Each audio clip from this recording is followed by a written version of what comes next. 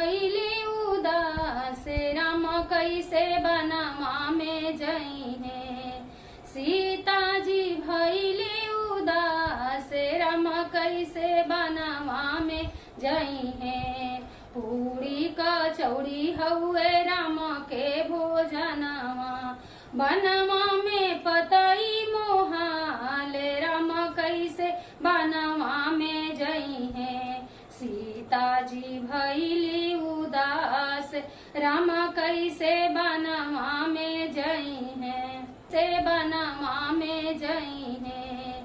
सीता जी भैली उदास राम कैसे बनवा में जई है।